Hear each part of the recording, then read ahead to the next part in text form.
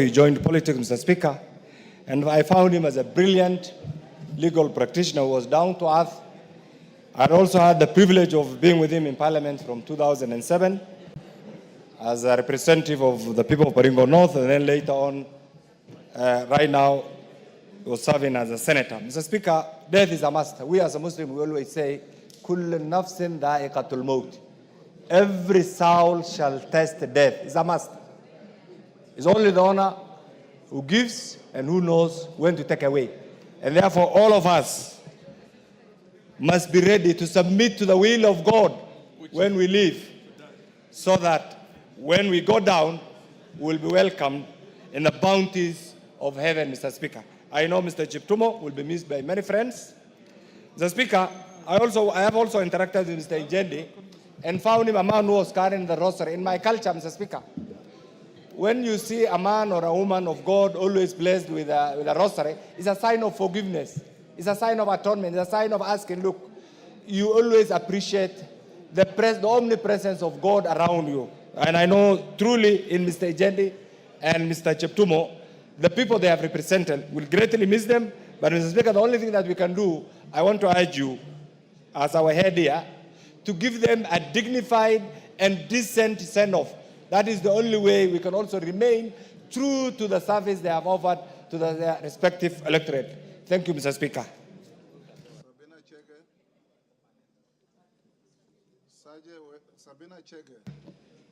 Sergeant, can you check the system is malfunctioning? Sabina Chege.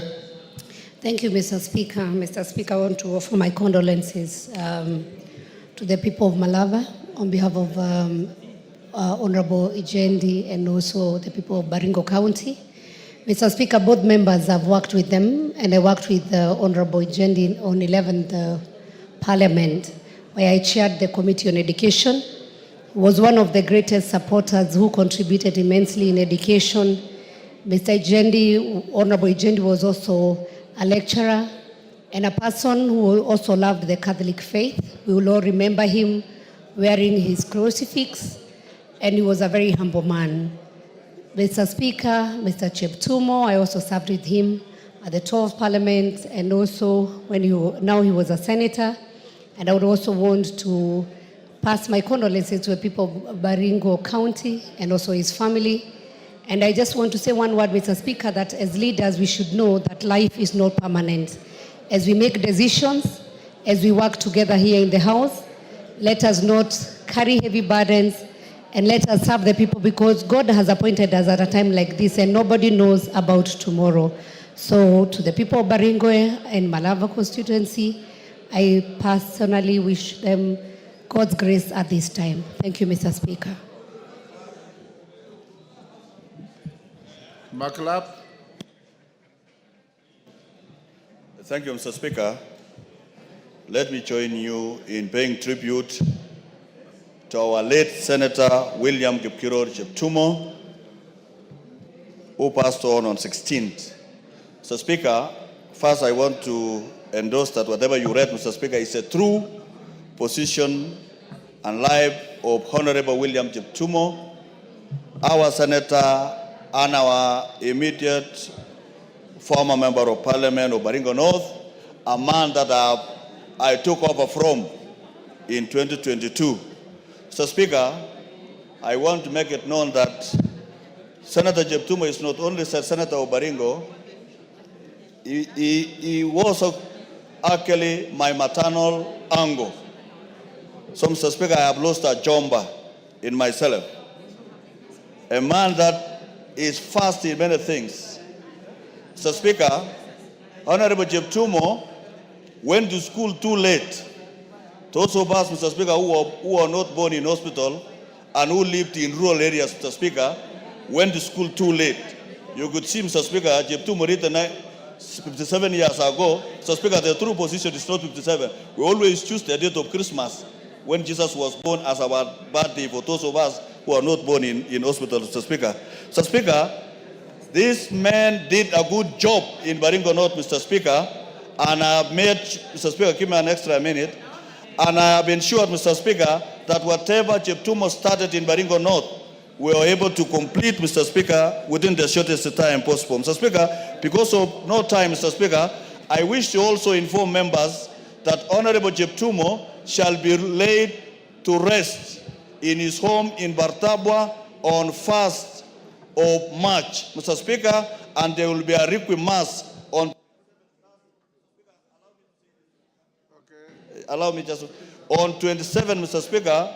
There will be a requiem mass in AIC Mlimani for our late Senator William Jeptumo, Mr. Speaker, and I've also known Mr. Ichendi as my registrar in Catholic University of Eastern Africa, Mr. Speaker, where I started double mathematics, Mr. Speaker. Mr. Speaker, may their souls rest in peace, Mr. Speaker, and thank you. Nabe Nabwera.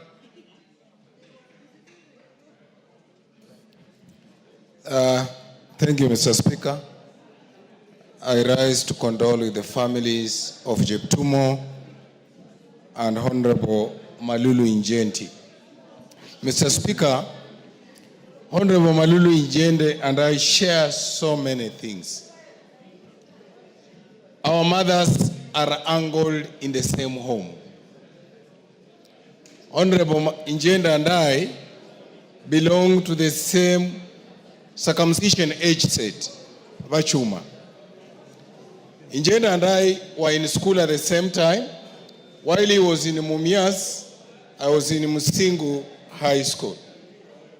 I've known Injenti for well over 30 years.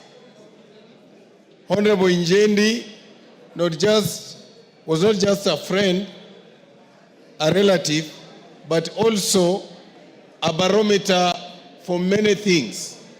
When I wanted to check something that I thought I wanted to contribute on, I would speak to Honorable Injenti. On behalf of the caucus, Western Parliamentary Group Caucus, and on behalf of the people of Lugari, I want to send my sincere condolences to the family, to the children, and to the people of Malava. Honorable Speaker, you remember you gave me an assignment with Honorable Wangwe to be the caretaker of Honorable Injenti when he was in a hospital all this long. It's a journey that Honorable Speaker was very difficult for Honorable Wangwe and I. We saw him sick. We saw him rising up. Honorable Speaker, thank you. Yes, wind up. We've seen him lose the battle. It has not been easy. And I want to thank you, the Speaker, and everyone else who joined us in this journey. I condole with the family. Betsimba. Honorable Betsimba. Asante sana Mheshimiwa Spika. Pia mimi nisimame kwa niaba ya eneo bunge la Kisauni kusema pole kwa ndugu jamaa na marafiki na eneo bunge la Malava kwa kifo cha Mheshimiwa Injenti. Mheshimiwa Injenti alikuwa anaishi na watu vizuri, na kitu anayohitaji sasa ni maombi. Kikubwa anachohitaji ni maombi. Tumuombe Mungu amsamehe madhambi yake, amweke katika watu wema mahala pema. Pia hii ni ishara kwamba unakumbushwa kwamba hii dunia unapita. Kwa hivyo unalohitajika hapa katika dunia hii ni kufanya mema. Hayo ndio yatakwenda kusaidia mbele. Kifo hakijali mtu mzima wala mtoto wala cheo chochote, wala una uhakika kuishi dakika 2 kutoka sasa. Kwa hivyo hii ni moja katika pia wale ambao bado wako hai wajue kwamba iko safari ambayo wanakwenda, na kikubwa ni ufanye mema, na sisi sasa tulopewa jukumu tuwe tunafanya mazuri yale ambao wanasaidia wale watu ambao wametuchagua. Asante sana Mheshimiwa Speaker. Chematia.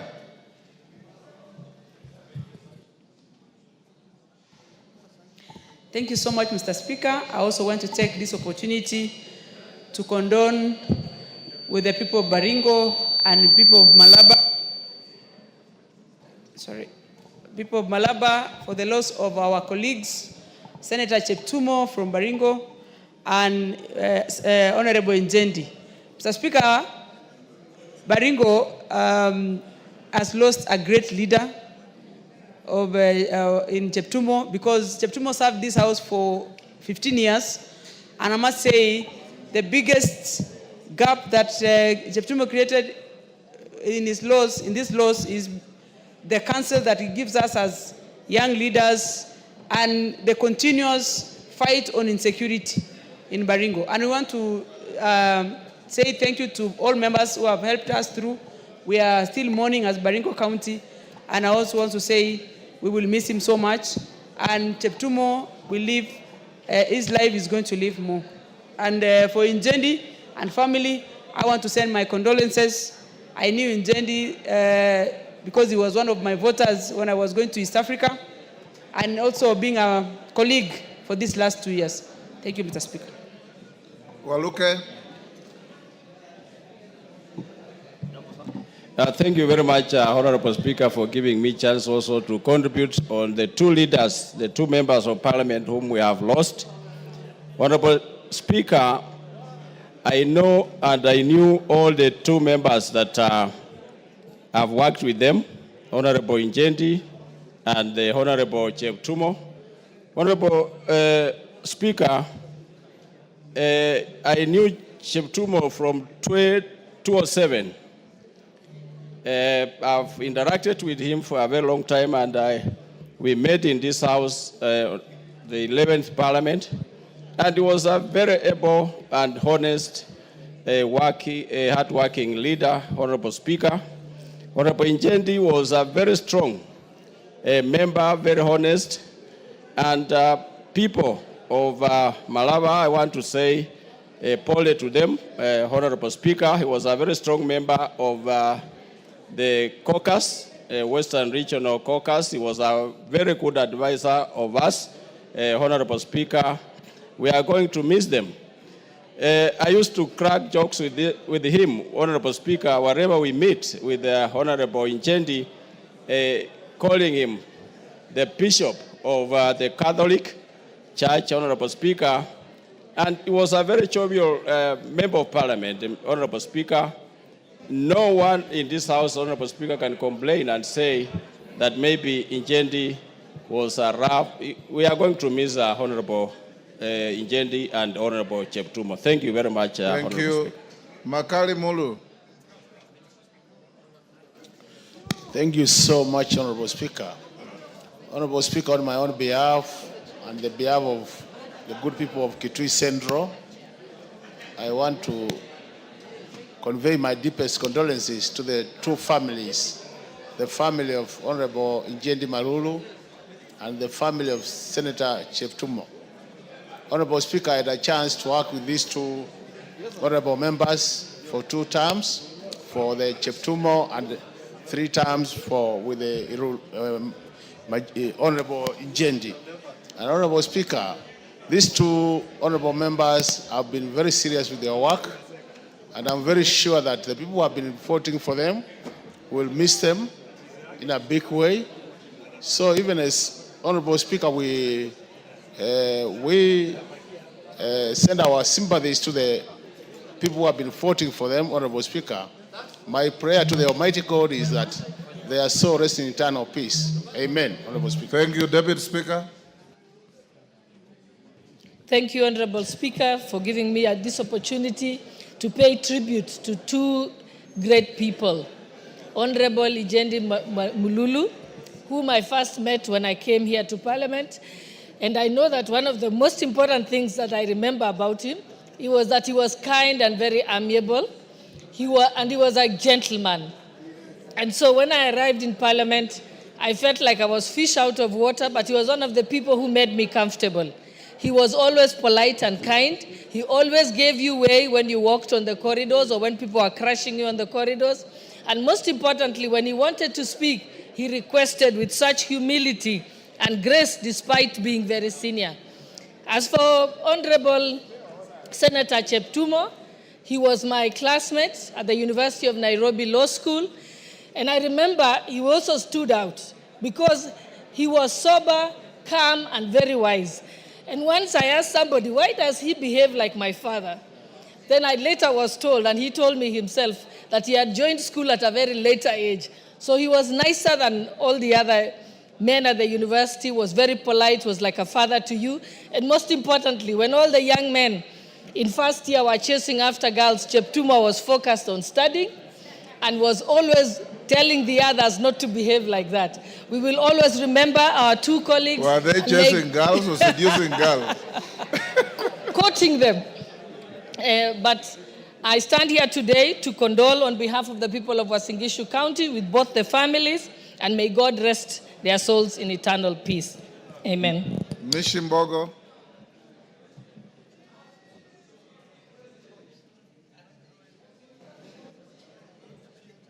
This one. Asante Mheshimiwa Spika.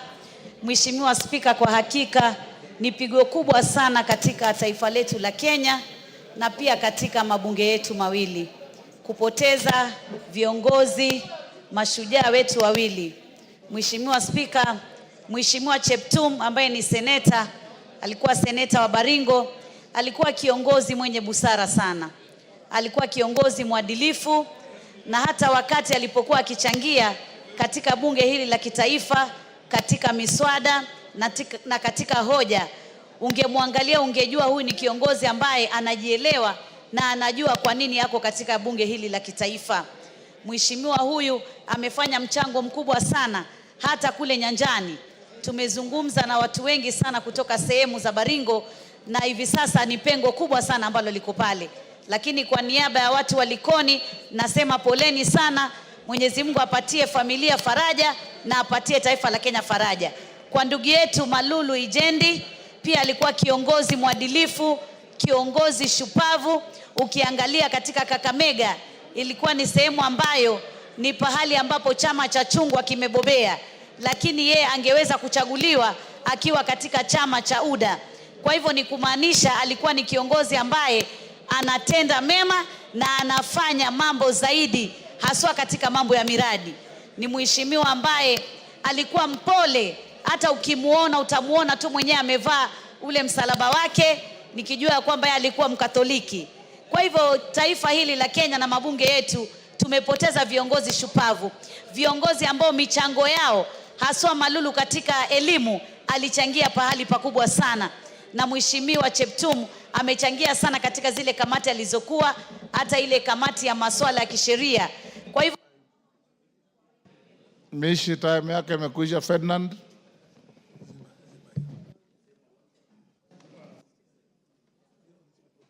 Mr. Speaker, on behalf of the people from Kwanza and Trans Nzoia, I want to take this opportunity to say, to send my condolences to my brother Moses Intenji, because he even came to my place in 2019 and helped me do some fundraising.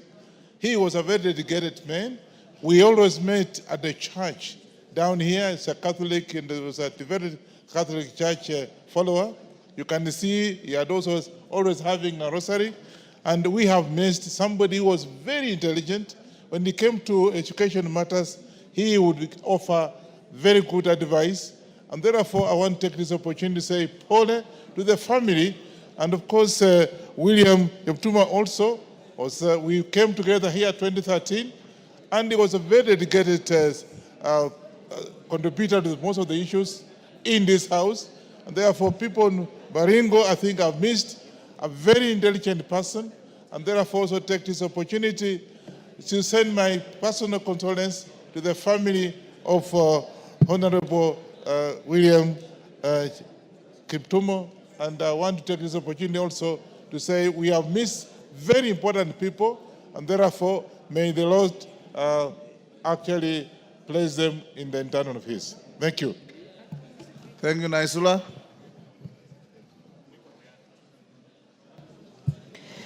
Thank you, Mr. Speaker. I rise also to pass my sincere condolences to the families, relatives, friends, and also the constituents of Honorable Malulu Ijendi of Malala constituency, and also Honorable William Cheptumo, of the Senator of Baringo County.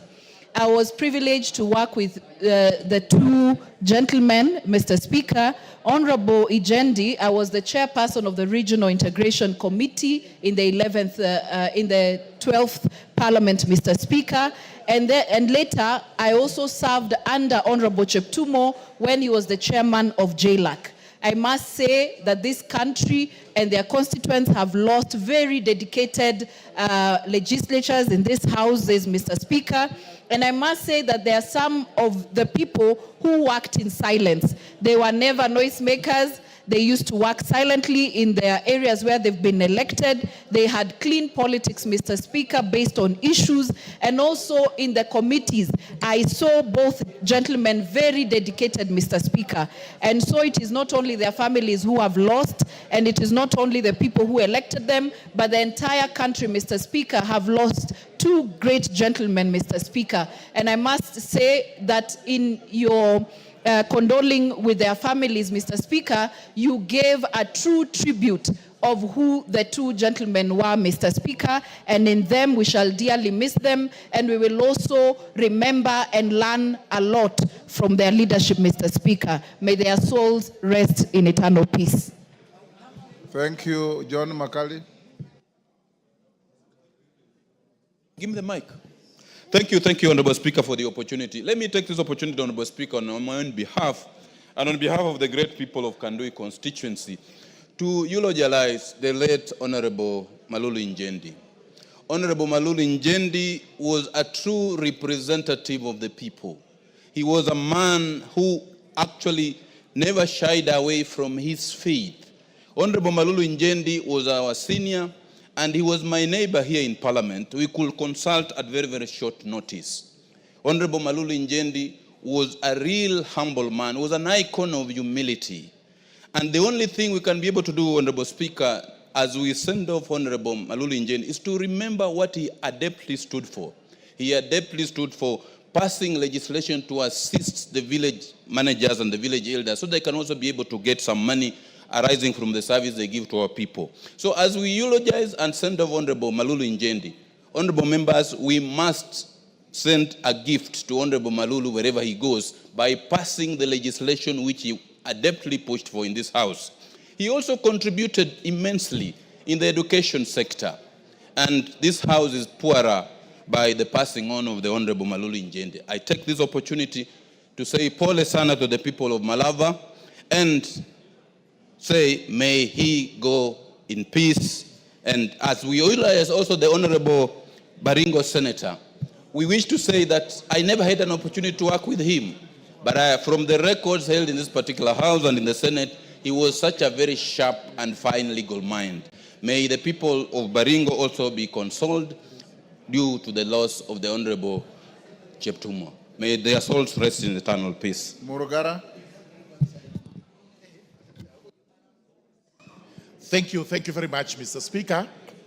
So, Speaker, allow me, on behalf of the people of Tharaka constituency, Tharaka Nithi County, and my own behalf, to condole with all the primary school teachers for having lost their chairman, Mr. Nzioka, a great guy who served the teachers very diligently.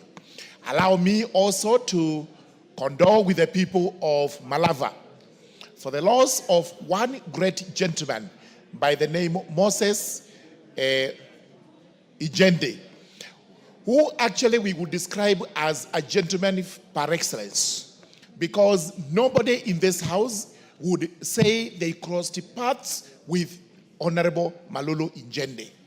He served so well, he was so humble, he was so amiable and humane in everything he did. This is a great loss to the people of Malava, and we condole with them. Allow me also to condole with the people of Baringo County for having lost one of my best friends, Honorable Cheptumo. Cheptumo, we crossed paths in A level as he studied in Kabarnet High School, and I was in Kabarak.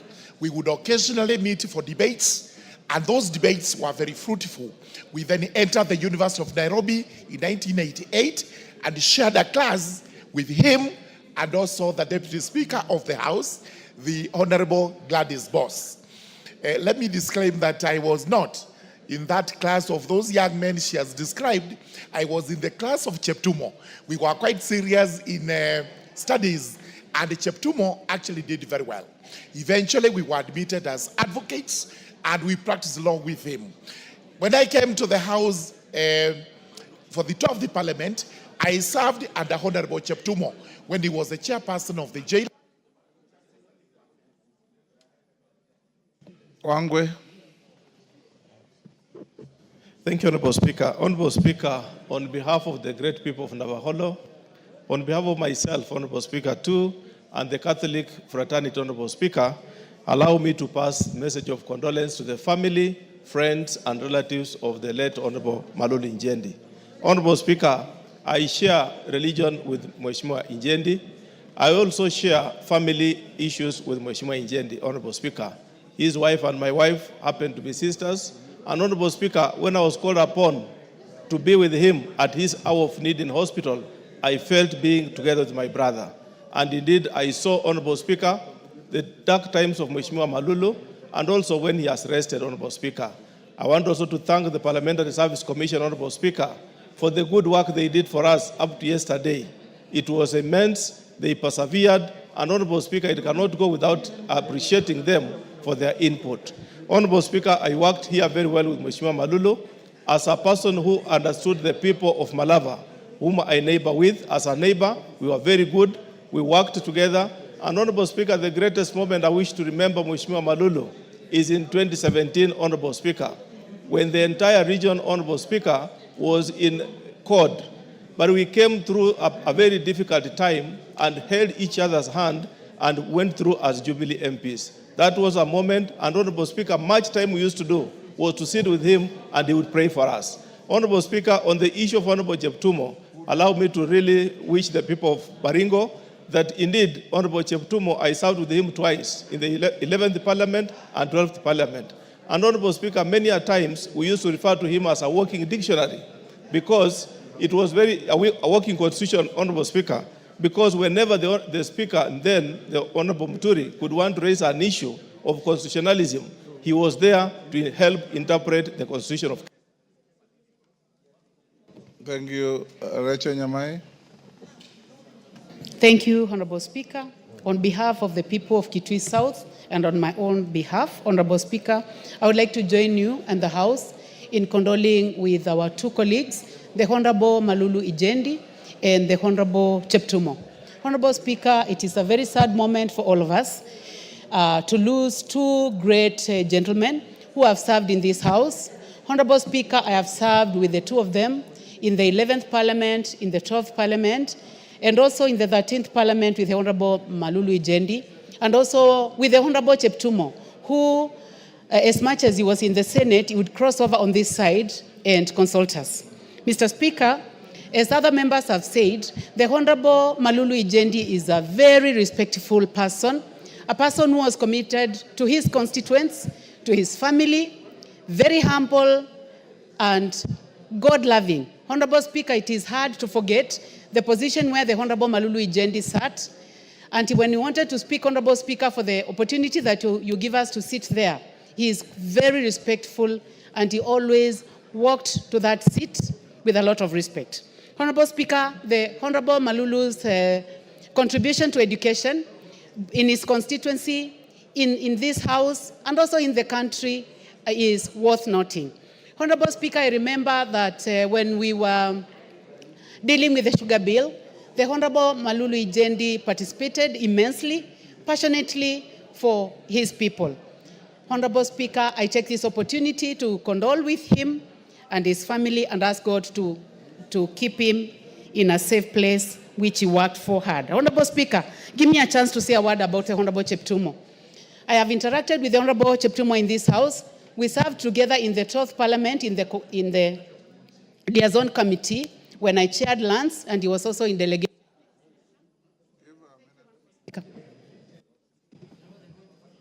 Rachel imekwisha. Lelmengit.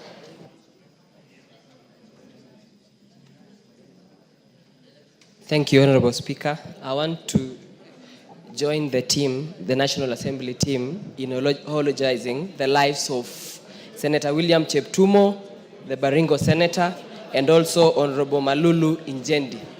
It is a great loss, Honorable Speaker, for this country and the people of those constituencies and counties that the two represent. I have known them as very mature leaders in this House, especially with institutional memory. Every time, Honorable Speaker, the like of Malulu Injendi, he normally sits along the way while we enter this House, Mr. Speaker. It is very difficult to pass him before saying hi to him and also getting one or two wise statements from, or wise words from him, Honorable Speaker.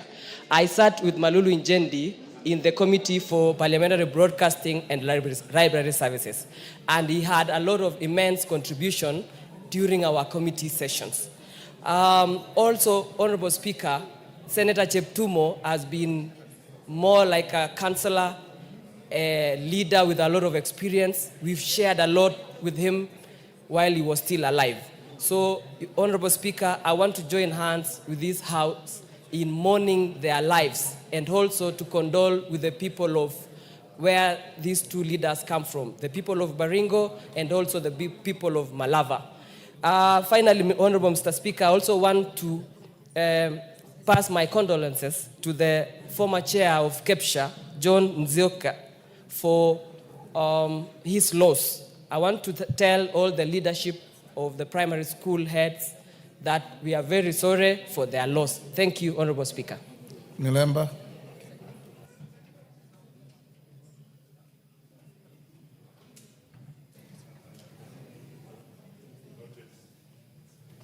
Thank you, Honorable Speaker. On behalf of myself, the people of Emuhaya, the now dissolving ANC party and the UDA party, let me take this opportunity to condole with the families of one Johnson Nzioka, a teacher of repute who was the chairman of KEPSHA. KEPSHA is the Kenya Primary Schools Association, a professional body that actually voices the professionalism of teachers. On behalf of myself and the groups I've mentioned, my condolences to the family of the late Johnson Nzioka, an educationist and a vast person. Let me also condole with the family of the late Baringo Senator William Cheptumo. Cheptumo carved his place as a unique legislator when he was here. He was the kind of legislators whom, when he stood up to speak, the whole House somewhat would just go quiet and listen to his explanation, especially on constitution and constitutionalism and things that related to law. And he's a great guy with great respect and a mentor of many of us. Finally, Honorable Speaker, the demise of Honorable Malulu Injendi is in itself a memento mori. That actually sounds a warning to all of us who are in Parliament and those who are not in Parliament, that death is definite and it's coming for us. Because a few days ago, he was just seated there and all the time catching your eye to express his views on education and other matters. But there he's gone, a very calm legislator. Injendi was a legislator who knew how to get to the people minus the political parties. Though a member of the NC party, which I have been the Secretary General, Injendi could have still made it on any political party. And no wonder, in your eulogy, you indicate him as having come on a party that was little known, even when he had been denied the famous ticket. Yeah, Mayaka.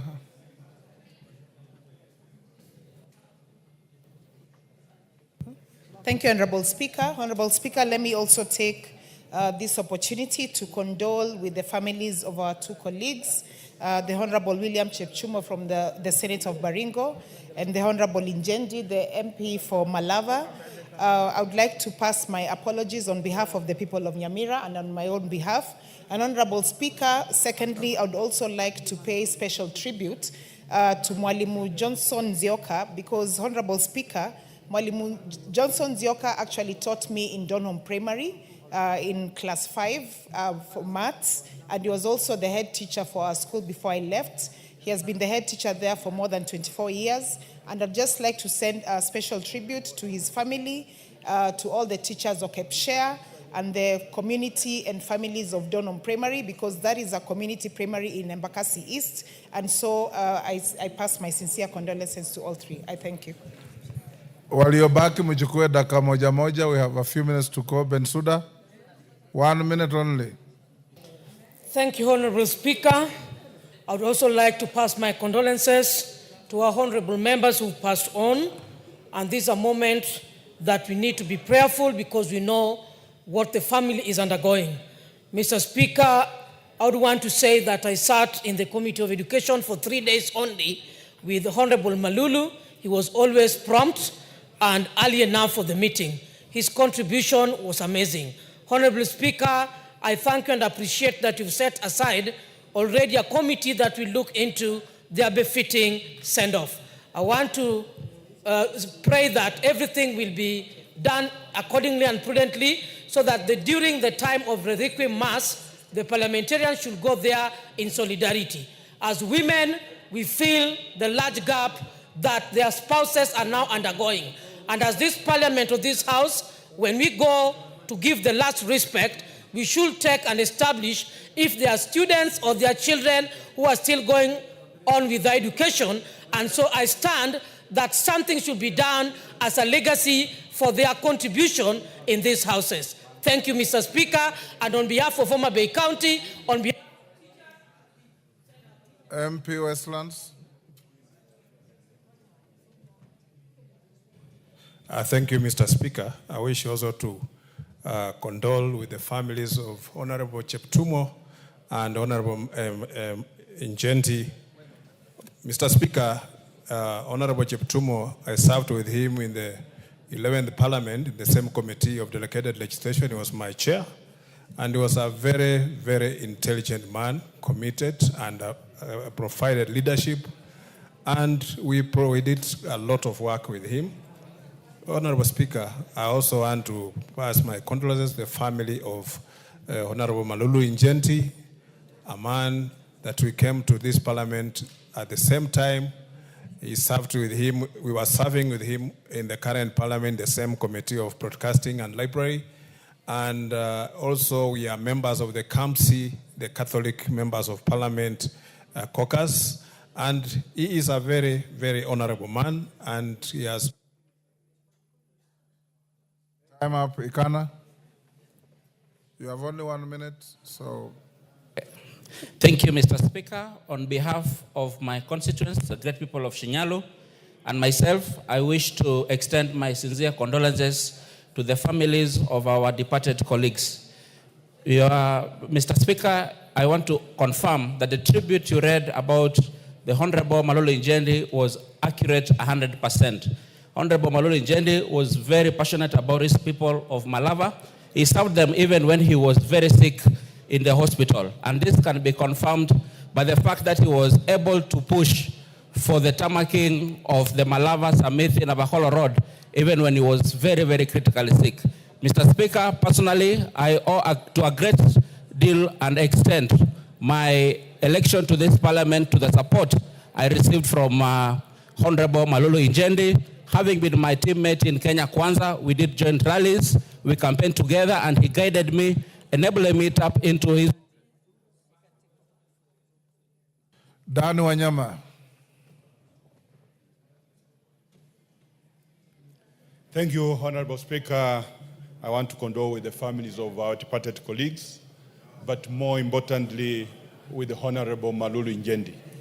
He's one person I've known since our childhood, because I went to school with him at St. Peter's, and at some point I was his class prefect in Form 5 and Form 6. And I know Honorable Malulu as a very truthful and a sincere person. I know the family will lose him, the people of Malava will lose him, but all the same, let his soul rest in peace. I thank you. Thank you. Katana? Okay. Asante Bwana Spika, nataka nijiunge na wenzangu kutoa rambirambi kwa niaba ya wakazi wa Kaloleni kwa Senator Cheptum na Mheshimiwa Injendi. Bwana Spika, Mheshimiwa Injendi amekuwa akitetea sana mambo ya elimu. Na pia Injendi tumekuwa tukienda kanisa moja. Yeye ni Mkatoliki na mimi ni Mkatoliki, na kila siku ya Jumatano, Bwana Spika, tulikuwa tunaenda kanisani na Bwana Injendi. Tunaiombea roho yake iweze kulala mahali pema peponi. Asante. Tongoyo. Thank you, Honorable Speaker, and want to also join the rest of members who had already spoken to pass my condolences to the two great leaders and their families. And Honorable Speaker, it's true that both leaders are great leaders and committed servants of the people of this nation. And I was so privileged to also having interacted closely with both of them. Honorable Speaker, Igendi Malulu, as has been said by the rest of members, is a very committed leader, man of the people, and a down-to-earth leader. More importantly, Honorable Speaker, you had mentioned, rightfully mentioned, that this man was so passionate about the issue of the village elders, and he sponsored a bill that on national government administration bill that had intended to look into the welfare of the village elders, to have them recognized in law and being remunerated. And Honorable Speaker, Bukose, dakika moja tu. Honorable Speaker, I worked with Honorable Cheptumo when I worked in Baringo as a doctor, and also when we joined Parliament here in 2013. He's a gentleman, and he's somebody whom you can be able to consult, and he will be able to give you advice.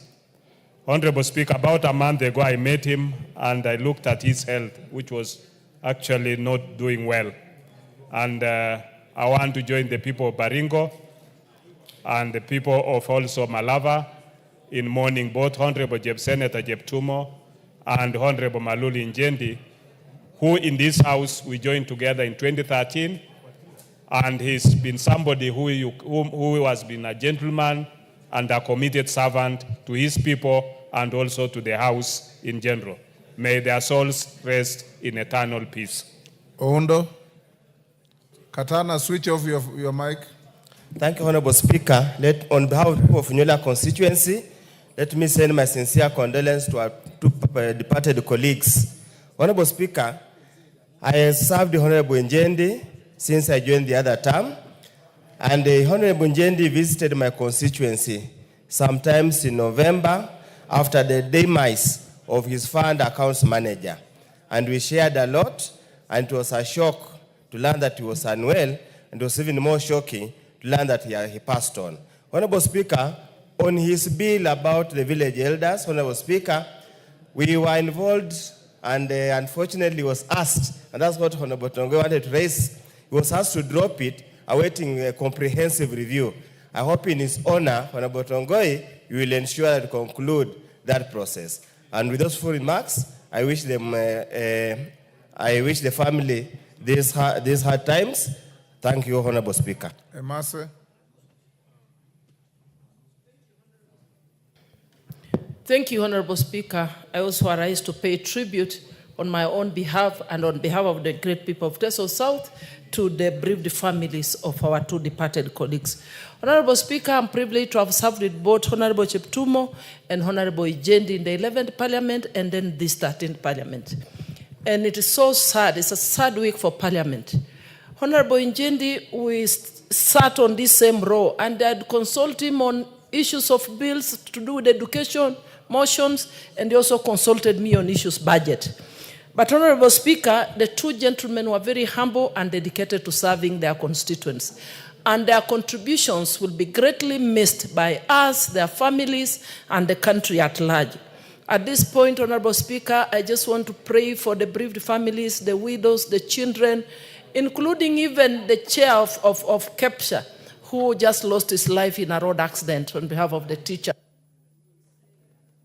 Where? Maingi, member from where?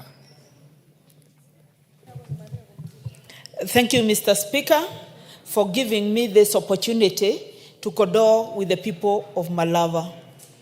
I first met the late Honorable Ijendi at Catholic University when he was a registrar and where I studied for my MBA. Mr. Honorable Majedi was a kind-hearted member. He was compassionate, he was caring, he was selfless, he was respected, and he was so uplifting. I was surprised again when I joined this parliament to meet the Honorable Ijendi Malulu Ijendi. Yes. And he was also pleasantly surprised. He was a member of our Catholic Members Association, and he was a diligent member, very dedicated person. He was one. Thank you, Ngeleche. Thank you so much, Honorable Speaker. On behalf of the people of Elgeyo Marakwet and myself, I wish also to convey my condolence to the departed members. Honorable Injendi was a person known to me, and where we interacted and bonded with Injendi is because we are members of KAMSI. And I can say the Catholic members of Parliament have lost a very dedicated member. Honorable Cheptumo, nonetheless, was a ranking member and he was an advisor, especially from our community whereby most of the members of Parliament are young. We always could go to Cheptumo for advice, and he could always give us direction and give us advices. I pray that may their souls rest in eternal peace. Thank you. Africa.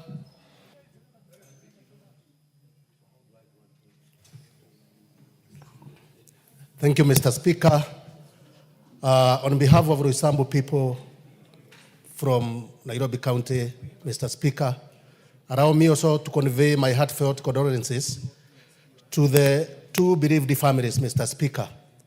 Mr. Speaker, we heard about the sickness of Maruru Injendi when you gave his apology at Naivasha retreat. May their soul rest in peace. Thank you. Thank you. Members, we're coming to an end. I'll give, wow. We want to go to something else. Nyakundi, let's see how many are still interested. Many. Nyakundi. Thank you, Mr. Speaker.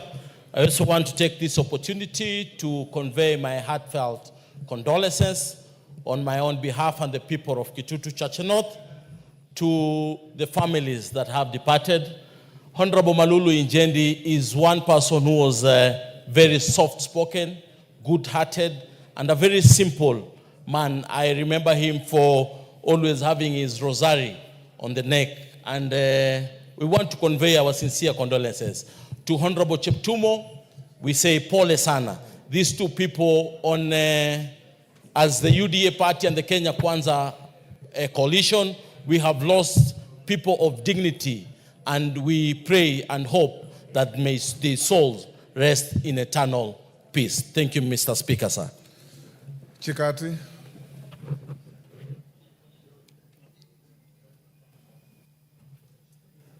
Thank you, Mr. Speaker. As the Secretary General of the Catholic Members Caucus, I would say we have really lost someone who added value to the work of the Catholic MPs. Malulu Injendi was very committed in serving Kenyans and was having networks across board. He also belonged to the Western Caucus, through which he mobilized resources for the people of Malaba. Mr. Speaker, on behalf of the people of Tongaren and the Ford Kenya Party, I want to say pole to the families and may their souls rest in peace. Kericho. Kericho Women Rep. Okay, thank you, Honorable Speaker.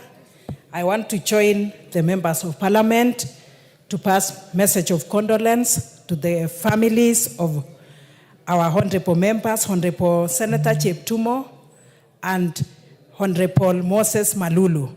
Honorable Speaker, we have actually lost great legislators, great professionals, great leaders. Honorable Cheptumo being a senator, and from our region, he was a very humble person. He gave great and wise counsel to us, and this is a great loss. I pray that the family will be actually comforted. Honorable Malulu, Honorable Speaker, supported the sugarcane farmers. And coming from a region where we have sugarcane, I know we have lost him, but I believe great improvement in the sugar industry, he was part of it, Honorable Speaker. Aseka. Thank you, Speaker. I also join my colleagues in eulogizing our departed colleagues. Mr. Speaker, Honorable Malulu Injendi, Member of Parliament for Malava, will be remembered as a champion of education in his constituency. He has really supported vulnerable students to access basic education. He has put up infrastructure in schools. He has been a champion of our regional unity, and he has been also a champion of sugarcane farmers. On my behalf, of that family, of my family, and of the great people of Quisero, Honorable Speaker, we condone and wish the family well as they mourn this departed hero. Thank you, sir. Speaker. The very last, Naomi Wako. Thank you, Honorable Speaker. I stand to add my voice to the condolences that our colleagues have already given. And Honorable Speaker, it is a very sad week, and I'm sure the families are very much affected, both the family of Honorable Ijendi and Cheptumo. Honorable Speaker, I have known both of them from the 12th Parliament, and all of them are very dedicated, passionate leaders, great legislators, and people who have always been visionary enough to lead their people. And it is a sad moment for us, and especially the UDA fraternity, and our prayer is with them, and it is my prayer that the Lord will comfort the loved ones and the entire Parliament together with our leadership. Thank you. May their soul rest in peace. Thank you, members. We'll end up there. For those who have not been able to get a chance, enjoying yourselves with your colleagues who have had an opportunity and the statement made by your speaker. And there will be opportunities still to go to church when their services are being held. We are advised that the Honorable Senator Cheptumo will be laid to rest in Baringo on the 1st of March, and the Honorable Malulu Injendi in Malava on the 4th of March.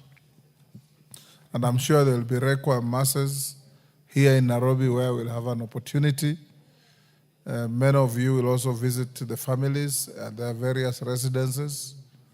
We condole with the families, as we have said. Allow me to acknowledge the following in the public gallery: Baretti Scholars, Global and Travel. Okay, they were there. University of Eldoret students from Moiben in Uasin Gishu. We welcome them in the House of Parliament, even if they have left. I'm sure they are within our precincts. We'll now go, if you look at your supplementary order paper, we have a special motion co-sponsored by the majority leader and the minority leader. Can somebody look for the majority leader and invite him to move the motion? And I hope Junet is in the house for them to...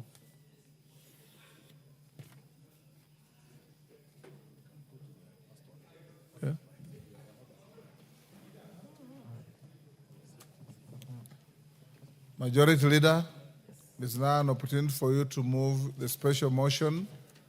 Subject to availability of interest in the motion, I want to allocate it 2 hours. So we'll finish it at 6:22, 6:30.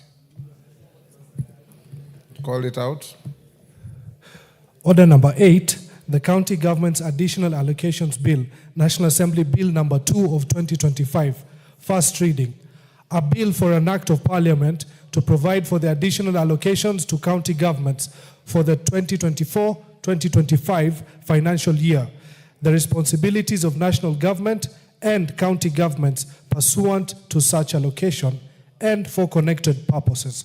Order number 9, exceptional motion, recording the thanks of the House on Kenya's attempt at the position of the chairperson of the African Union Commission, AUC.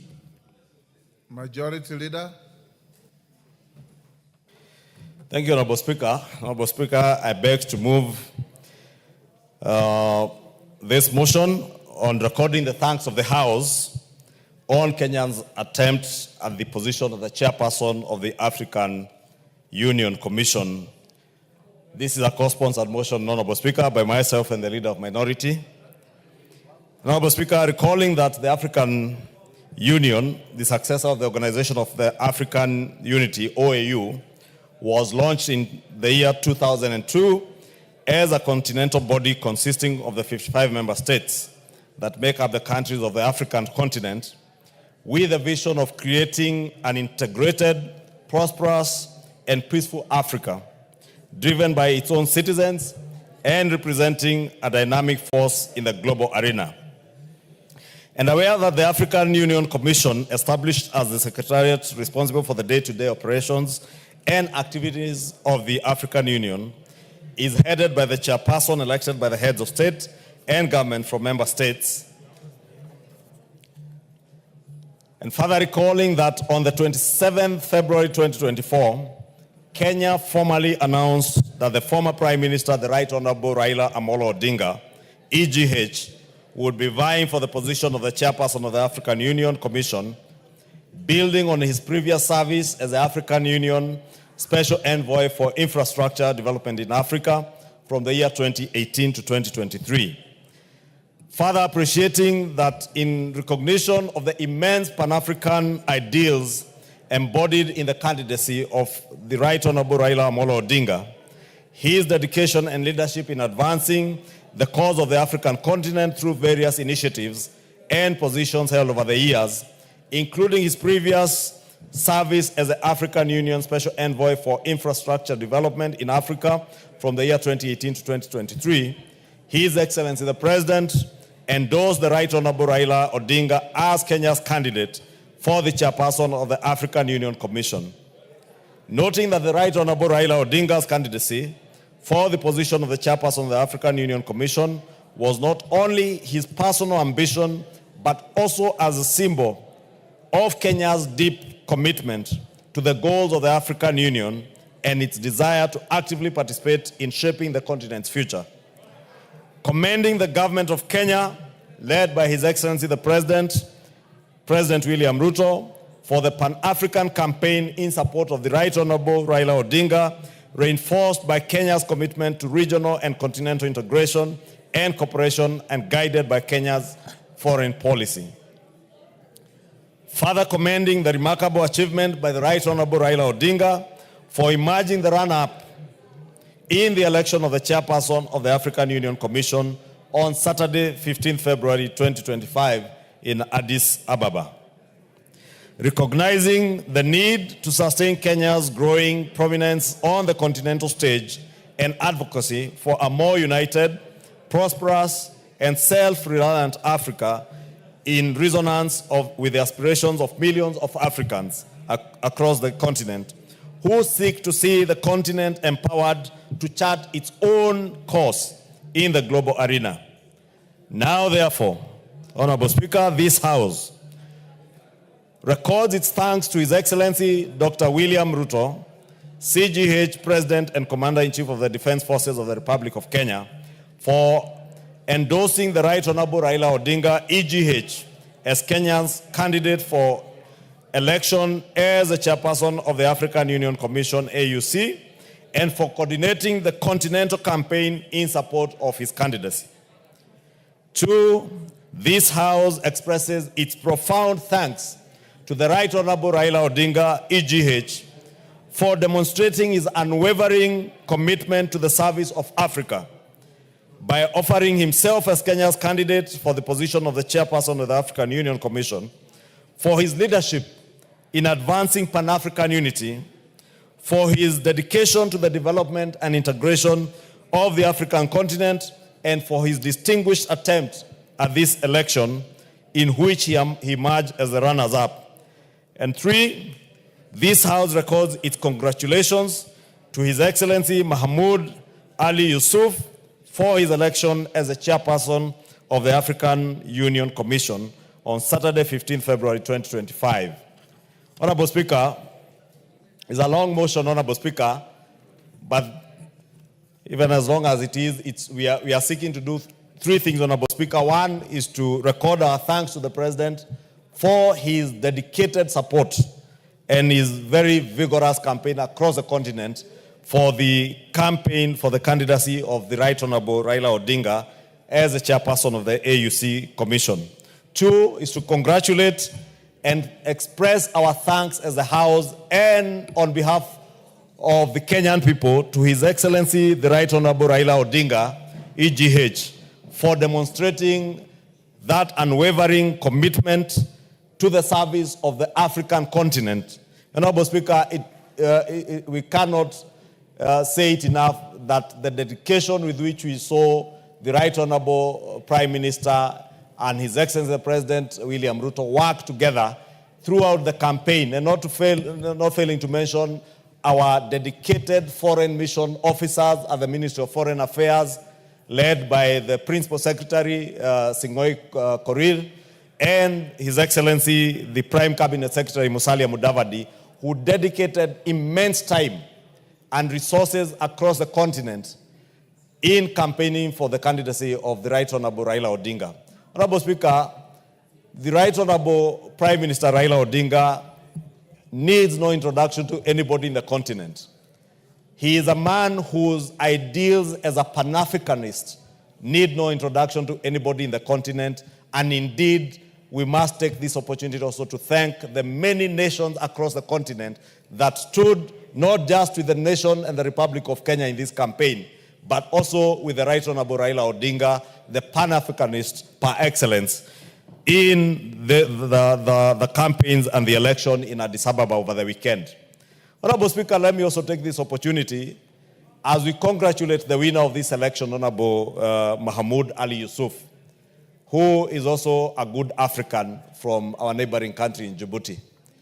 As we congratulate him, Honorable Speaker, I cannot fail to note with immense gratitude again to Prime Minister Raila Odinga that as much as he was leading all through, especially the first, second, and almost the third vote, even at a time when he was leading, when he got to the 6th vote, Honorable Speaker, after the 6th vote, he opted in the spirit of Pan-Africanism not to take that assembly through another round of campaigning and elections, because the Right Honorable Raila Odinga had the choice to fight on. And because there were many people who were supporting him, then our brother Mohamed Yusuf probably would not have gotten the 2/3. But the former Prime Minister opted, instead of taking Africa through the rigors of waiting for another few months to get into another campaigning season, he opted to allow the assembly to go ahead and vote and see if the person who was leading then in that round could achieve the 2/3 that was required for the chairperson seat. And that is how Ali Yusuf Mohammed was elected as the chairperson of AUC. Therefore, I want to congratulate the Right Honorable Prime Minister for that commitment, for his dedication, for that spirit of Pan-Africanism, for knowing that Africa and our unity as a continent is paramount, and putting Africa and Pan-Africanism ahead of his own personal interests, and putting the interests of the continent and the unity of the continent ahead of his interests, Honorable Speaker. And it is commendable. That is the spirit in every competition, that there will be a winner, there will be a loser. Raila Odinga did not leave Addis Ababa as a loser. He left Addis Ababa as a winner who has exemplified his leadership in the African continent and in the world. And Honorable Speaker, we commend him. We note our thanks as a House and on behalf of the Kenyan people to the Right Honorable Prime Minister for that commitment to the African nation. And I want to encourage him to continue serving not just Kenya, but the African continent and the world with the same commitment and dedication that he has shown over the years, Honorable Speaker. The Right Honorable Prime Minister, Honorable Speaker, you know, is not just a Kenyan leader, is a continental leader. As we have said in this motion, he has served in continental bodies. And I know in the future he could even serve in world bodies, Honorable Speaker, because the world needs his experience, the world needs his ideals and his leadership in many aspects, as we do need them in this country, Honorable Speaker, as he continues to serve us and the world. And we wish him well. We wish the Honorable Mohammed Yusuf well in his service. Let him understand that we are all in a competitive election. And the people of Kenya remain committed to the ideals of the African Union and to the integration of the African continent as one united continent. Even with the regional blocks, Honorable Speaker, SADC, EAC, COMESA, all these regional bodies, Honorable Speaker, seek to integrate. And as we've said with the EAC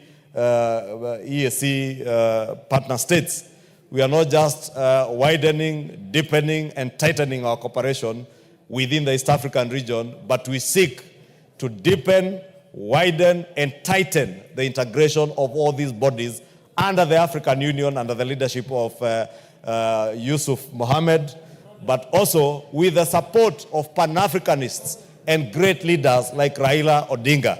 And of course, the able leadership of President William Ruto, who is the chairperson of the EAC, East African Community, Honorable Speaker, and has a role in the reform agenda of the African Union. And we look forward to working together with Prime Minister Raila Odinga, the chairperson Mohammed Yusuf, and President William Ruto as we seek to reform the African Union. And I want to believe, Honorable Speaker, under the leadership of President William Ruto and these two other great leaders, AU will be reformed into a body or an organization that addresses the needs and aspirations of all African people, Honorable Speaker, so that when we speak as one people. Honorable Speaker, some years back, Africa was seen as that dark continent of want and poverty. Today, the world over, everybody appreciates that Africa is the continent of the future, the present and the future. The resources, the expertise we have in this continent, the human capital we have in this continent, Honorable Speaker, I will not be surprised if in the years to come, we will see, as we have seen great African leaders like Barack Obama leading countries as big and as powerful as the United States of America, Honorable Speaker. We have seen many Kenyans today, including the young lady from Nyamira, who is now a senator in one of the state assemblies in the US.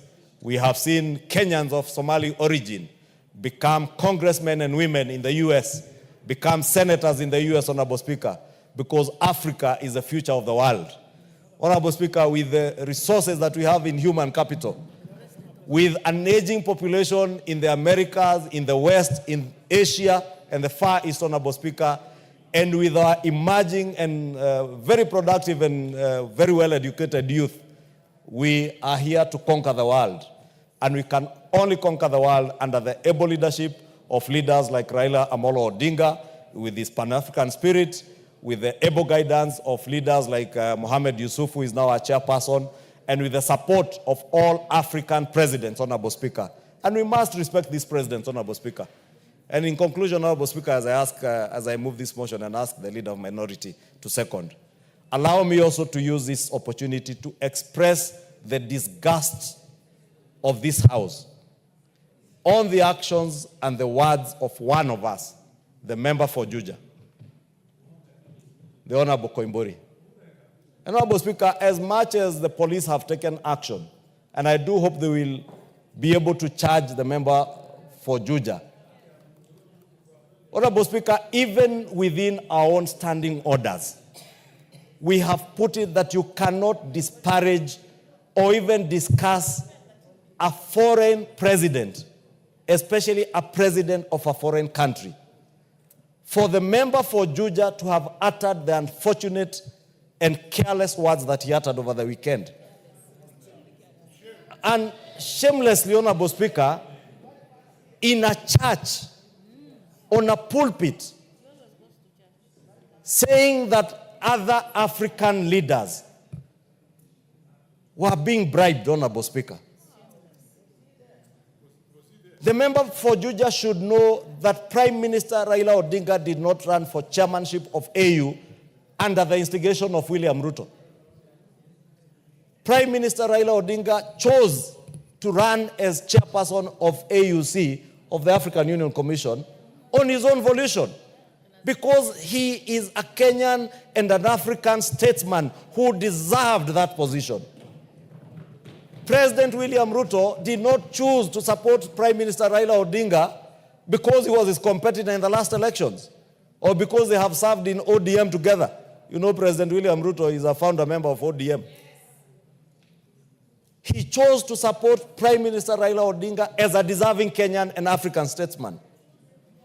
The presidents, many presidents who voted for Raila Odinga to be chairperson, did not do it at the instigation or because they were influenced by anybody. Honorable Speaker, we must at the same time express our disgust by the actions of this member of parliament who claimed that the Republic of Kenya had spent 13 billion shillings. From where? Money that we have not appropriated, Honorable Speaker.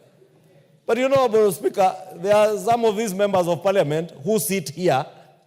Unfortunately, this member is even never in the house. So he doesn't even understand how money is appropriated.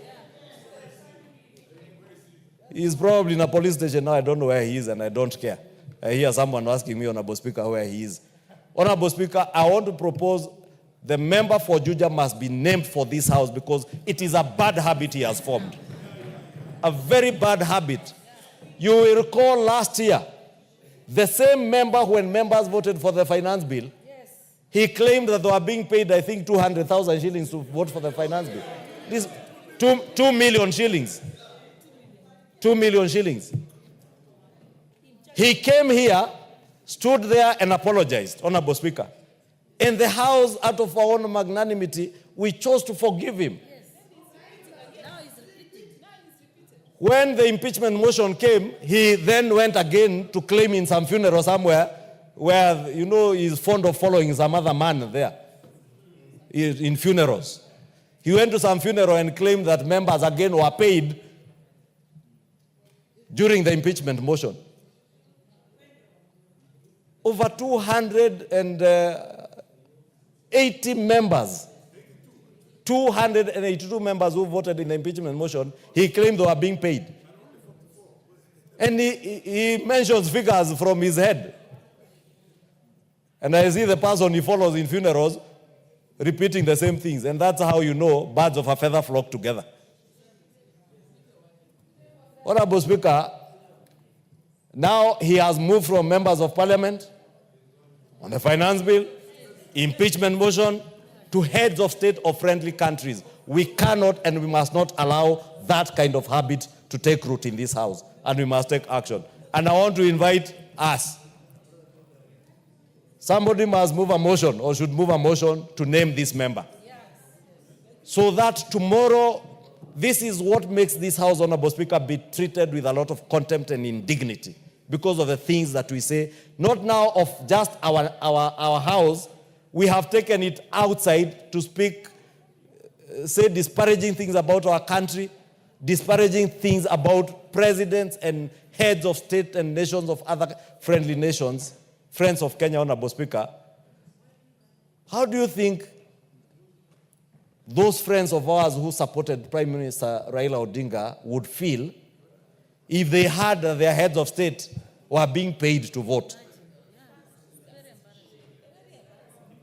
You know, Honorable Speaker, it is so annoying. I want to end it there, but we must name this member. We must. Because if we don't, he will make it a habit. Tomorrow, he will make all manner of allegations against any one of us here or against the president. And you know, because they have made it a sport to move around the country in funerals, insulting the president, and I hear they call themselves, I heard themselves calling them Itungati. Honorable Speaker, Itungati in French means people who have given themselves, heroes who have given themselves their time, their resources, their time and energy for the sake of the nation. But if you find yourself following a man in funerals and wherever you follow that man and calling yourself Itungati, you are not a Gitungati, you are a slave to a man. Those who are following, those who are slaves, they are not Itungatis and lost slaves who are now disparaging heads of nations of Africa. Shame on them, Honorable Speaker. I beg to move and request the leader of minority, the Honorable Junet Mohammed, my good friend, to second this motion to appreciate the government of Kenya, His Excellency the President, His Excellency former Prime Minister Raila Odinga, and His Excellency Mahmoud Ali Yusuf. Junet. Mr. Speaker, I stand to second the motion that has been moved by the leader, Majority Leader, Honorable Kimani Ichung'wah. Mr. Speaker, first and foremost, I want to take this opportunity to thank His Excellency, the President of the Republic of Kenya, Honorable William Samoei Ruto, for his efforts and for his immense contribution towards the campaign of our Kenyan candidate in the African Union Commission chairmanship contest, Mr. Speaker. Mr. Speaker, the President of this country and his government has done everything possible to campaign, to lobby, and to do everything possible to make sure that we win in this contest, Mr. Speaker. Mr. Speaker, it was not a secret that the President visited African capitals and met presidents to lobby and campaign for our Kenyan candidate, Mr. Speaker, and at the same time also received presidents in this country, Mr. Speaker, to talk to them and tell them that we have the best candidate in the contest. Mr. Speaker, we will not forget that. As a party, ODM party, as people, Mr. Speaker, we will remind everyone who wants to forget that the president campaigned and lobbied for our candidate, Mr. Speaker. Mr. Speaker, also I want to thank the Right Honorable former Prime Minister Raila Amolo Odinga, Mr. Speaker, for stepping out. Because, Mr. Speaker, it requires a lot of courage, Mr. Speaker, and determination to come out and say that I want to represent my country at a very high level, Mr. Speaker, of the African Union. Many Kenyans will want, Mr. Speaker, to contest for that kind of position. But it requires courage. It requires somebody who has the stamina, Mr. Speaker, to show and to come out and say that I want to run for this, Mr. Speaker. Mr. Speaker, this country could not have a better candidate than him. Because his credentials are known, Mr. Speaker. And he has served the African Union, Mr. Speaker, at the level of High Representative on Infrastructure, Mr. Speaker, before, for a period of, I think, 3 years. And he had performed exemplarily very well. And he had done a good job. And, Mr. Speaker, he had all the credentials as a Pan-Africanist to contest for that high office, Mr. Speaker. Mr. Speaker, in an election contest, there must be a winner and there must be a loser. And you can also go on a draw. Mr. Speaker, it is not easy to raise the confidence of over 20 presidents of a country, Mr. Speaker. You have seen the first round, he got 22 votes. Those are 22 countries that have faith and confidence in the candidature of Honorable Raila Amolo Odinga, Mr. Speaker. Many of us, if we were to contest, we might not even get 2 presidents or 3, Mr. Speaker, or even one vote of a president, Mr. Speaker. But he could manage to raise those numbers because he's a Pan-Africanist, he's known in this continent, and he has done and participated in many things affecting this country, Mr. Speaker, in solving them. Mr. Speaker, the election went as it went. Even when he was going for the election, his last speech at Bomas of Kenya, in a conference that was held by the ODM party, he said he'll be very happy if he wins, and in the event he loses, he has a home to come back to. And life continues as usual, and he will do his things, his business, and other things that he normally does. But Mr. Speaker, what has shocked me as a Kenyan, Mr. Speaker, and up to now I am still in shock, is not the loss that we had in Addis Ababa. Mr. Speaker, what has shocked me is that the celebration that happened in some parts of our country after we lost that election, Mr. Speaker. This was not a Kenyan contest, Mr. Speaker. Some of the people who are celebrating are keeping now busy the majority leader here. Can they sit down so that they can hear what I'm saying, Mr. Speaker? Mr. Speaker. Order, Wamawa and... These are some of the people who are celebrating.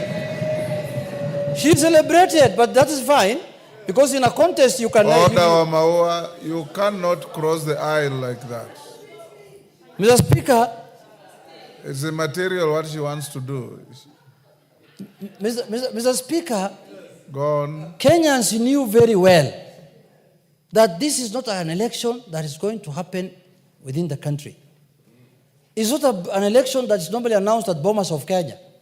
This was an election that was happening at the African Union. And some of the Kenyans became so unpatriotic and supporting a candidate against Kenya, Mr. Speaker. And even campaigning for him openly in the social media, in all kind of sphere, Mr. Speaker. Mr. Speaker, I cannot be so unpatriotic.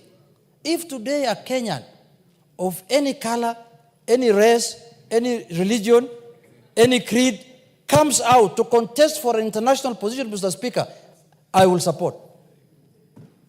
In the spirit of being a Kenyan, Mr. Speaker, that's all. The first thing that we need to look at is being a Kenyan. Not from the community you come from, not from your color, not from your religion, not from anything. Mr. Speaker, how unpatriotic can some Kenyans be that they fought the Right Honorable Prime Minister for 1 year he has been campaigning. And after losing, they celebrated. We shall revisit that, I can assure you. We will revisit that one. It will not go. We will revisit at the right time. We will also have our day to laugh and to celebrate, Mr. Speaker. And it's not very far, it is coming, Mr. Speaker. It's not very far. You can take that to the bank, and I will remind you the day I'm celebrating that you also celebrated your day. This is my day. Inshallah. Bismillah al-Karim. Mr. Speaker, I also want to congratulate the winner. In a contest, someone must win. And a country that is who is our neighbor in the same region, the Eastern African region, won the election. So we have every reason to celebrate also and to congratulate them, Mr. Speaker, because in a contest we expected to have a winner and a loser. But we expected ourselves to win, but we did not win. So we cannot be so losers. We say there are many things that happened. I was in Addis Ababa, Mr. Speaker. I don't want to talk about them now, but that is part of the election. You don't have to complain. You don't have to begrudge anyone. That is normal. All of us defeated someone by being in this house, Mr. Speaker. All of us defeated someone by being in this house, Mr. Speaker. We had opponents, Mr. Speaker, in the election. Even you, to be elected as a speaker, you had opponents. We had a candidate, Azimio, and Kenya Kwanza proposed you, and you got the highest votes. And now today you are presiding over here as our speaker. You are a speaker for all of us. We are not saying, oh, we have lost, now another speaker must sit next to you, the one who lost to you. We cannot work like that. So, Mr. Speaker, in a contest, it goes that way. But I want Kenyans to get experience out of this contest, because this is not going to be the last time a Kenyan is going to contest for an international job. And I want to encourage the government of the Republic of Kenya to propose and support Kenyans who are qualified to go for international positions, Mr. Speaker. The UN Secretary General job is coming up in the next year, Mr. Speaker. If there's a Kenyan who feels he's qualified to become the Secretary General of the UN, he should go for it. And Kenyans will support. It doesn't matter whether you win or lose. It doesn't matter. Go for it. So, Mr. Speaker, many countries in this region have done very well, much better than our country, in terms of positioning their people in this multilateral organization, Mr. Speaker. We have not done very well as a country in that sphere, Mr. Speaker. We have to improve our socks and make sure that a lot of Kenyans, even the ones who are celebrating, instead of holding people in villages, in somewhere there in Nyeri, release them, let them go for these international positions if they are qualified. Don't hold people there buying them uji every day. And they are qualified, they have papers, they have masters, they have degrees, everything. Take them out, Mr. Speaker. Wamunyoro is not a church. Unless it's another Shakahola place where people now go there and they want to die there inside there. So, Mr. Speaker, in conclusion, I want to say that I have thanked the President on behalf of my party, on behalf of my constituency, and on behalf of myself for showing leadership as our President and supporting the candidature of our party leader. I want to also congratulate my party leader. He's a strong man. Very strong man, Mr. Speaker. And he always has a second chance. If there is any other position to serve in the continent, he will be available. In the world, everywhere, Mr. Speaker, he has been available, Mr. Speaker. He has served the African Union before, and we will continue supporting him. And he's my leader, and we will make sure that we provide our services to the people of this country and to the people of this country, Mr. Speaker, in whichever level we can, in whichever capacity that we can. There are people who thought that this contest was political. They thought that, oh, this is a contest now, or if we lose, ODM will get annoyed. I don't know, annoyed of what? If there are people we should be annoyed with, it should be Djibouti, the people who talk our cap. Yeah, why should we be annoyed with somebody who was not contesting against us? We should be annoyed with the people who defeated us. And we are not annoyed with them also. We are congratulating them for doing a good job. Because African Union belongs to all of us. As a nation, we are part of the African Union. So, Mr. Speaker, with those few remarks, I wish to second and warn the naysayers that you should avoid that kind of thing going forward in future. Mr. Speaker, because if you are going to oppose a Kenyan because of his political affiliation, because of domestic issues, it's a very primitive way of looking at things. And I know some of the people, why we impeach them also, it was not in the impeachment paper, but it's primitivity. Some of them are very primitive people. Village mentality. You know, people want to go to international organizations. Instead of supporting them, you are judging them on the basis of what happens in a village, Mr. Speaker. I'm very sad about that. I do not expect people to celebrate the loss of a Kenyan in an international contest. It's a shame. Whichever you are, you cannot celebrate the loss of a Kenyan in an international contest. I repeat again. You cannot do that. You cannot do that. Now, if our athlete loses in a contest now, in the New York Marathon or in the London Marathon, you expect me to celebrate?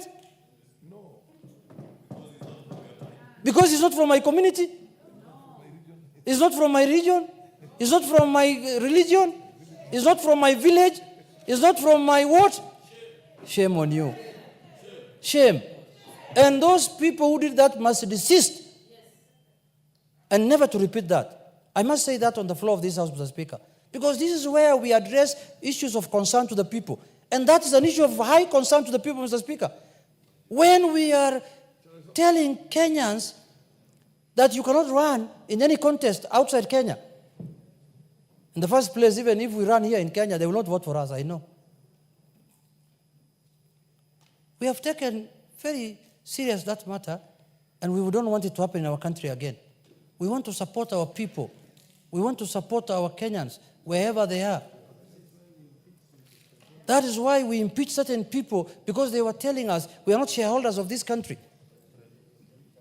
That's what they told us. We have not forgotten. They told us that you are not shareholders in this country. I don't know when the shareholding certificate was issued in this country. At independence, everyone was there. You should call for annual general meeting so that we know which shares we have. So you get impeached on that kind of nonsense and you continue celebrating again the loss of a Kenyan in an international contest. We will stand firm. We will hold our head high. We have not lost anything. We have, in the contrary, we have gained because we have registered the name of Kenya in the international arena, Mr. Speaker. With those few remarks, Mr. Speaker, I thank you and I urge all members to support and to register their thanks, especially to the President and to the former Prime Minister who put his line or his head on the line, Mr. Speaker, for Kenyans. Thank you very much. Honourable members, I'll now propose the question, which is that recalling that the African Union, the successor of the Organization of African Unity, or AU, was launched in 2002 as a continental body consisting of the 55 member states that make up the countries of the African continent with a vision of creating an integral, prosperous, and peaceful Africa, driven by its own citizens and representing a dynamic force in the global arena, aware that the African Union Commission, AUC, established as the secretariat responsible for the day-to-day operations and activities of the AU, is headed by the chairperson elected by heads of state and governments from member states. Recalling that on 27th February 2024, Kenya formally announced that the former Prime Minister, Right Honorable Raila Odinga, EGH, will be vying for the position of chairperson of the African Union Commission, AUC, building on his previous service as the African Union Special Envoy for Infrastructure Development in Africa from 2018 to 2023. Appreciating that in recognition of the immense Pan-African ideals embodied in the candidacy of the Right Honorable Raila Odinga, his dedication and leadership in advancing the cause of the African continent through various initiatives and positions held over the years, including his previous service as the African Union Special Envoy for Infrastructure Development in Africa from 2018 to 2023, His Excellency the President endorsed the Right Honorable Raila Odinga as Kenya's candidate for the chairperson of the African Union Commission, noting that the Right Honorable Raila Odinga's candidacy for the position of chairperson of the African Union Commission was not only his personal ambition, but also a symbol of Kenya's deep commitment to the goals of the African Union and its desire to actively participate in shaping the continent's future. Commending the government of Kenya, led by His Excellency the President, for the Pan-African campaign in support of the Right Honorable Raila Odinga, reinforced by Kenya's commitment to regional and continental integration and cooperation and guided by Kenya's foreign policy. Further commending the remarkable achievement by the Right Honorable Raila Odinga for emerging the run-up in the election of the chairperson of the African Union Commission on Saturday, 15th February 2025, recognizing the need to sustain Kenya's growing prominence on the continental stage and advocacy for a more united, prosperous, and self-reliant Africa in resonance with the aspirations of millions of Africans who seek to see the continent empowered to chart its own course in the global arena. Now, therefore, this House records its thanks to His Excellency Dr. William Ruto, CGH, President and Commander-in-Chief of the Defense Forces of the Republic of Kenya, for endorsing the Right Honorable Raila Odinga, EGH, as Kenya's candidate for the election as the chairperson of the African Union Commission, AUC, and for coordinating the continental campaign in support of his candidacy. 2, expresses his profound thanks to the Right Honorable Raila Odinga, EGH, for demonstrating his unwavering commitment to the service of Africa by offering himself as Kenya's candidate for the position of the chairperson of the African Union Commission, for his leadership in advancing Pan-African unity, for his dedication to the development and integration of the African continent, and for his distinguished attempt to the election in which he emerged as the runner-up, and 3, records his congratulations to His Excellency Mahmoud Ali Yusuf on his election as the chairperson of the African Union Commission on Saturday, 15th February 2025. Jared Okello. Honorable Speaker, from the outset, let me thank you for the opportunity and also bring to the attention of the House, Honorable Speaker, that in the course of that election, I was nominated to be the chief agent in the closed auditorium